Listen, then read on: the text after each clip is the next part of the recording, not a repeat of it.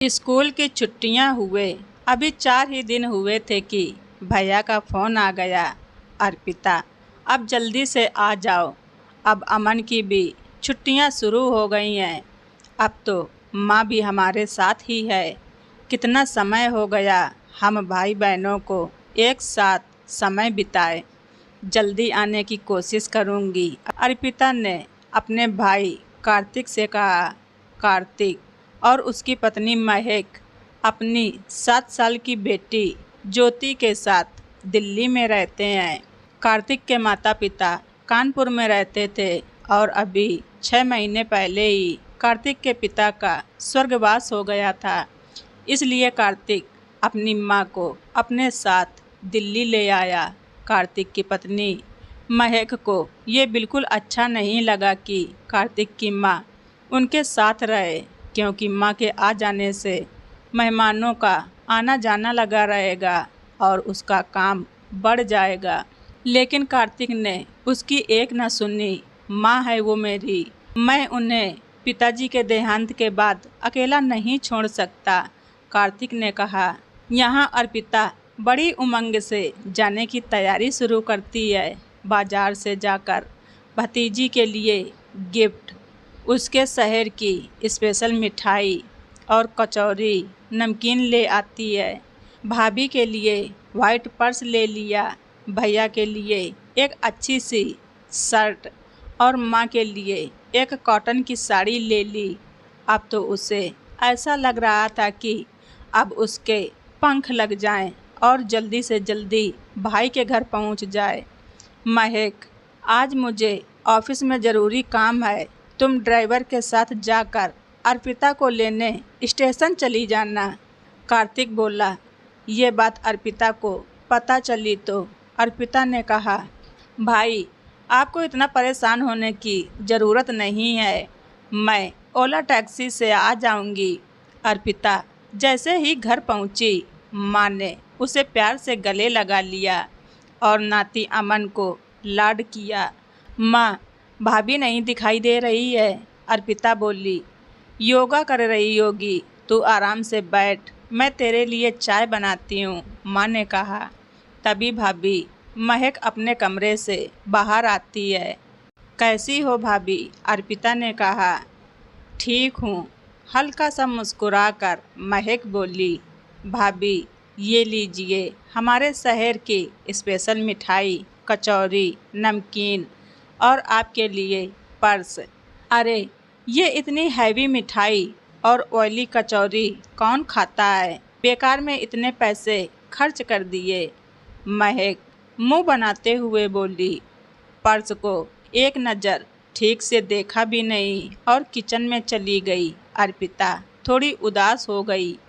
मेरी तो आज किटी पार्टी है, मैं थोड़ी देर में निकल जाऊंगी, आपके लिए लंच में क्या बना दूं? महक बोली। पहले कुछ नाश्ता तो बना दो, माँ बोली। अर्पिता के ही लाए हुए समोसा और नमकीन एक प्लेट में निकाल दिया और अर्पिता को नाश्ते में दे दिया।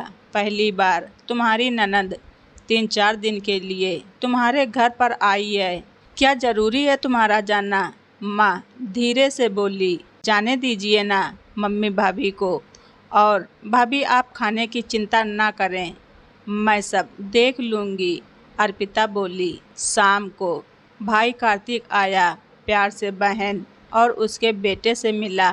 अरे अर्पिता, मिठाई और कचौड़ी लाई है ना? कार्तिक ने पूछा। हाँ भैया लाई हूँ, अर्पिता का चेहरा खिल उठा। अर्पिता ने फिर अपने भाई को शर्ट उपहार दी। अरे वाह कितनी अच्छी शर्ट है, कार्तिक बोला। अर्पिता को भाभी के व्यवहार ने बहुत दुख पहुंचाया। वो तो इस घर की बेटी है, तो क्यों उसके साथ किसी अनचाहे मेहमान की तरह व्यवहार किया जा रहा? अर्पिता का बेटा भी बोर हो रहा था। उसने सोचा था मामा की बेटी के साथ खूब खेलेंगे। उसने सोचा इतने बड़े शहर आई हूँ तो पति और सासू माँ के लिए कुछ उपहार ले लूँ, भाभी को बाजार साथ ले चलने के लिए कहती हूँ। ऐसा सोचकर अर्पिता भाभी के कमरे में जाती है। दरवाजे पर पहुंची, भाभी फ़ोन पर अपनी सहेली से बात कर रही थी। क्या बताऊं तुझे, जब से ननंद आई हैं सांस लेने की भी फुर्सत नहीं मिल रही। खाने में उनके और उनके बेटे के हजारों नखरे। दिन भर किचन में लगी रहो, उनकी सेवा में, एक काम में भी मदद नहीं करवाती।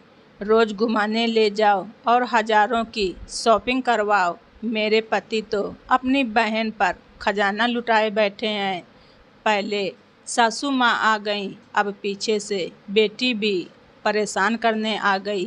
अर्पिता सन्न रह गई भाभी की बातें सुनकर। भाभी अपने आप में मग्न थी, बुराई करने में।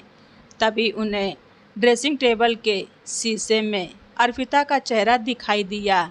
भाभी एक ही पल में पसीना पसीना हो गई। अर्पिता भाभी से कहती है, भाभी जब से मैं आई हूँ तब से आपका व्यवहार मेरे प्रति रूखा रूखा सा है। पहली बार मैं आपके यहाँ आई हूँ क्योंकि भाई ने बड़े प्यार से बुलाया था।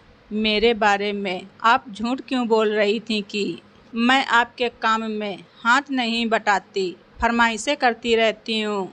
आपको मुझे रोज़ घुमाने ले जाना पड़ता है, बहुत सी खरीदारी करती हूँ, आपके पैसे बर्बाद करती हूँ। आपकी कोई भाभी नहीं है ना, इसलिए आपको शायद पता नहीं है कि भाभी खराब व्यवहार करे, अनचाहा मेहमान समझे तो कैसा लगता है। भाभी आजकल लगभग एक ही बच्चे का चलन हो गया है। सोचो आगे चलकर हमारे बच्चों के पास रिश्तों के नाम पर क्या रहेगा।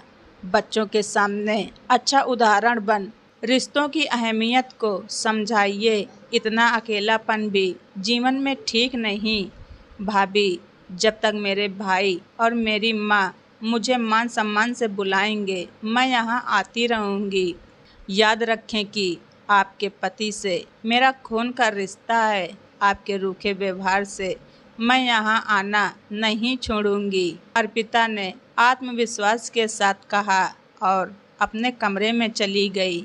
यहाँ महक बहुत शर्मिंदा हो गई। अर्पिता के पीछे पीछे गई और कहा, दीदी मुझे माफ़ कर दीजिए। और अर्पिता ने अपनी भाभी को गले से लगाते हुए अपनी भाभी को माफ़ कर दिया। दोस्तों, भाई बहन का रिश्ता उम्र भर का होता है और अगर एक दूसरे का साथ हो तो मुश्किलों में भी गम नहीं आता।